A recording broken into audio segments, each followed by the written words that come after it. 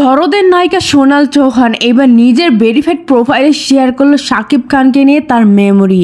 বাংলাদেশের নায়ক সুপারস্টার শাকিব খান ও ইন্ডিয়ান নায়িকা সোনাল চৌহান এই দুই জুটি বেঁধে এবার দরদ নামে একটি সিনেমা করেছে এবং এই জুটিকে সবাই বেশ পছন্দ করেছে, কিন্তু সিনেমাটা দেখা গেলেই বোঝা যাবে আসলে সিনেমাটা কতটুকু সুন্দর হয়েছে। এই জুটিকে প্রথমবারের মতো সুপারস্টার শাকিব খান ইন্ডিয়ার নায়িকার সাথে সিনেমা করলো এবং ইন্ডিয়ার এই নায়িকাও প্রথমবারের মতো বাংলাদেশের একজন সুপারস্টার নায়কের সাথে সিনেমা করলো। ধরতে গেলে দুজনেরই প্রথম একটা নতুন অভিজ্ঞতা, আর সেইখানে তাদের কিছু মেমোরি শেয়ার করলো এই নায়িকা। সোনাল চৌহানকে দেখা গেছে মাঝে মধ্যে রান্না করতেছে, অথবা মাঝে মধ্যে দেখা যাচ্ছে একটা রেড কালারের শাড়ি পরে চুড়ি কিনতেছে, আবার দেখা যাচ্ছে মাথায় কাপড় দিয়ে সুন্দর মতো দাঁড়িয়ে আছে। এরকম কয়েকটা সিনেমাতে এই দৃশ্য প্রয়োজন হয়েছিল, সেই দৃশ্যগুলো তার ফোনে ছবি ছিল, এইগুলো তিনি এখন মেমোরি হিসাবে শেয়ার করছে তার ফেসবুকে এবং সবাইকে আমন্ত্রণ জানালো দরদ সিনেমাটি দেখার জন্য 15ই নভেম্বরে। তবে সিনেমাটা মানে অনেক অসাধারণ হবে। সিনেমাতে বিভিন্ন রকমের ক্লিপ আছে যা কিন্তু